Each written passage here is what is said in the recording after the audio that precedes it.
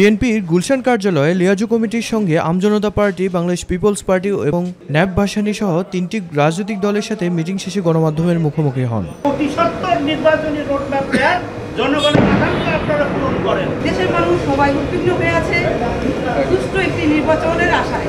আমরা আশা করি যে ফেরেশতার বেশে এখানে এসেছেন ওইটা ধরে রাখবেন, ওটা ধরে রেখে সুন্দরভাবে কাজ সম্পন্ন করে দেশকে একটি গণতান্ত্রিক প্রক্রিয়ায় যে ট্রেন, ওই ট্রেনে আপনারা উঠায় দিবেন।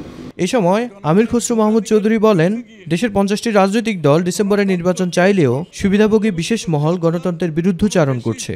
16 বছরের যুদ্ধটা ছিল গণতন্ত্রের জন্য, বাংলাদেশে গণতান্ত্রিক অর্ডার ফিরিয়ে আনার জন্য, জনগণের ভোটাধিকার ফিরিয়ে আনার জন্য, জনগণের মালিকানা ফিরিয়ে আনার জন্য।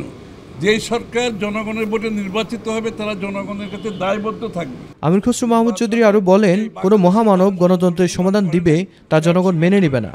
আর কোনো মহামানব কোনো দেশের গণতন্ত্রের সমাধান দেবে তার জন্য বাংলাদেশের জনগণকে অপেক্ষা করতে হবে, এটা বিশ্বাস করার কোনো কারণ নেই।